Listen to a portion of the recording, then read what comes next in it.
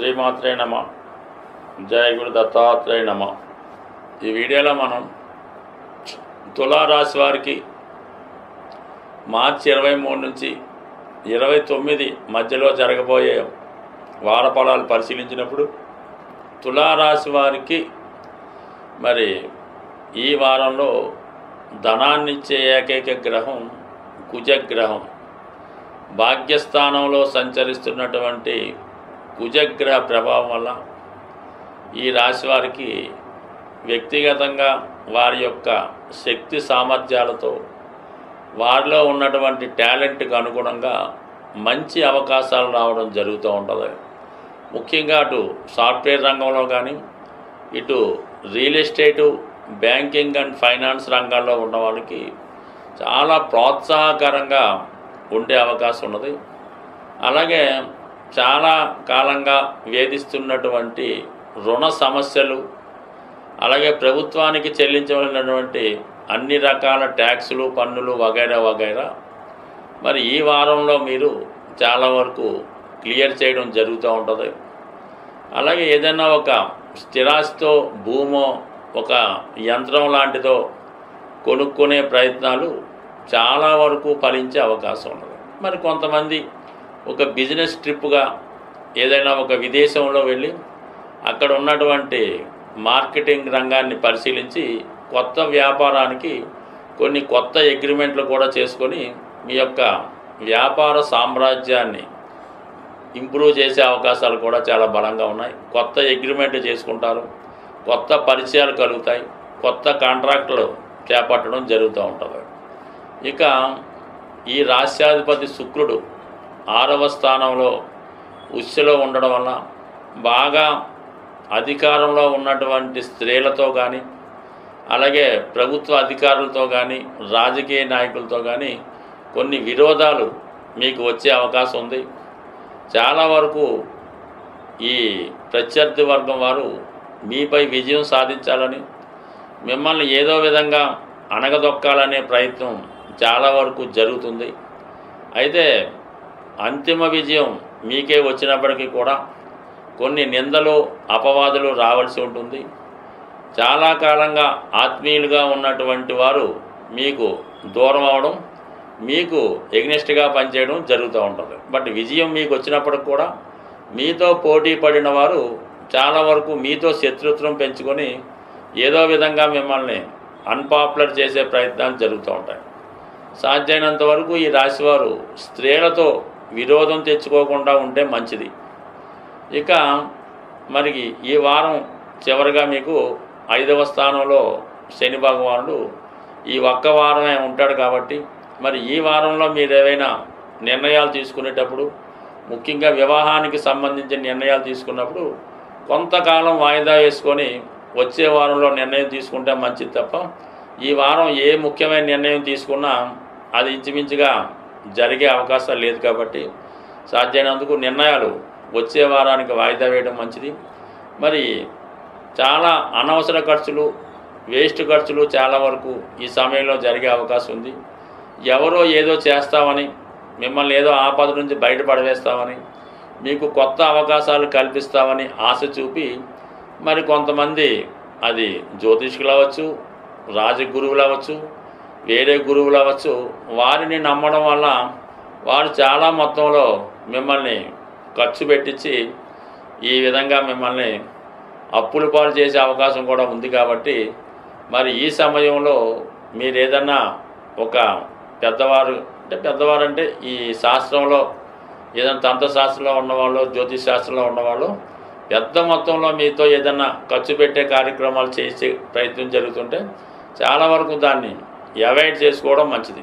ఏదైనా ఒక పరిహారం అన్నది మన స్థాయికి మించి ఉండాలి. అంటే అందుకే శక్తి కొలది అంటాడు. ఒక వ్రతం చేసినా, ఒకటి చేసినా మీ దానం అన్నది, మీ పూజ అన్నది శక్తి కొలది. అంటే మీకు ఎంతవరకు సరిపోతుందో అంతవరకే చేయాలి తప్ప అటు మీ తహాతకు మించి చేసినా దానివల్ల ఫలితం ఉండదు.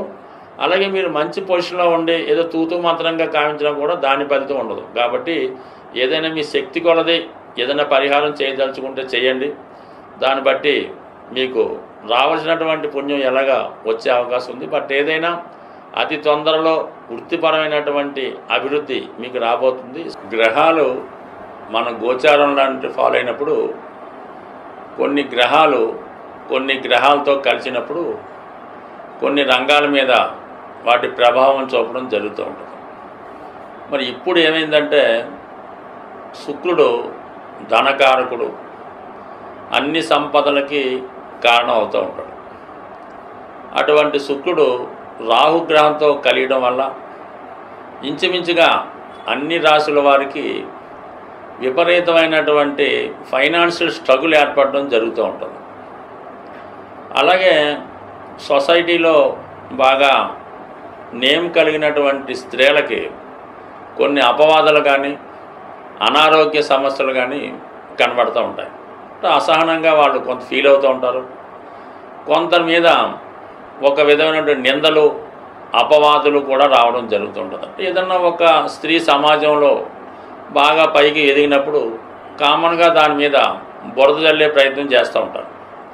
ఈ రాహు శుక్రుడు కలియడం వల్ల ఈ సెలబ్రిటీ రంగానికి చెందినటువంటి అంటే ఎవరికాలే గొప్పవాళ్ళు ఉంటారు, బట్ ఎవరికాలే గొప్పగా ఊహించుకుంటూ ఉంటారు.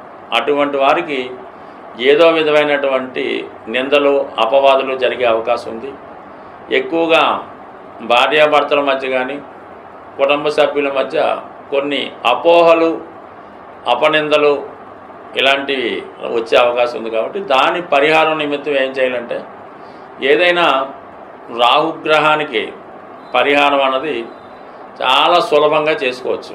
దాంతో మనకి ఈ వారం చివరిలో అమావాస్య రావడం జరుగుతుంది.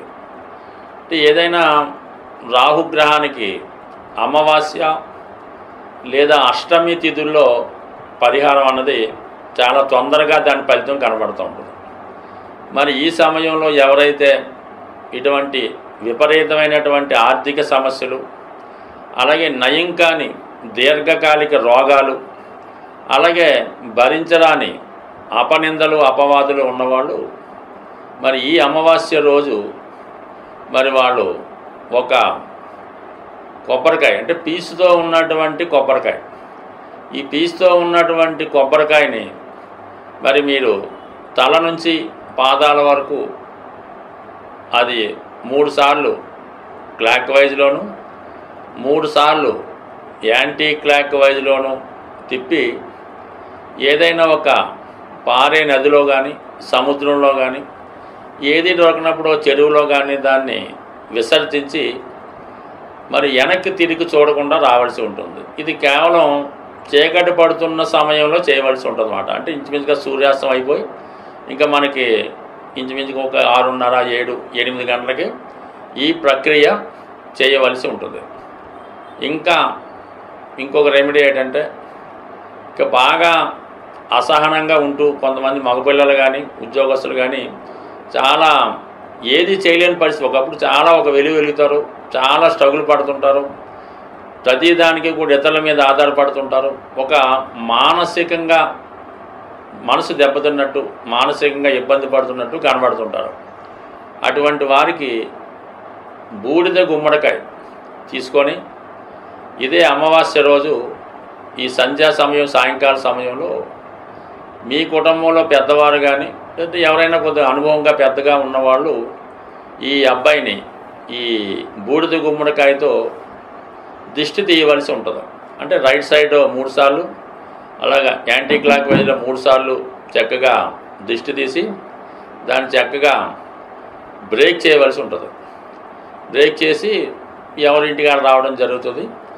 ఎవరైతే ఈ దిష్టి తీసారో వాళ్ళకి ఒక 18 సంఖ్య వచ్చే విధంగా ఒక 18 రూపాయలు, 180 రూపాయలు, 1800, 18,000 అది మీ యొక్క శక్తి కొలది వారికి ఇవ్వవలసి ఉంటుంది.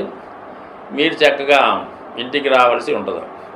సో ఈ విధంగా ఈ కొద్దిపాటి రెమెడీస్ చేసుకోవడం వల్ల ఏదైనా అమావాస్య రోజు ఏదైనా టెంపుల్లో మీరు ఒక 4 కొబ్బరికాయలు సమర్పించిన, ఒక గుమ్మడికాయ సమర్పించిన చాలా వరకు ఈ రాహు చేత పీడించబడుతున్న వాళ్ళు దాని నుంచి బయటపడే అవకాశం ఉంది. స్వస్తి.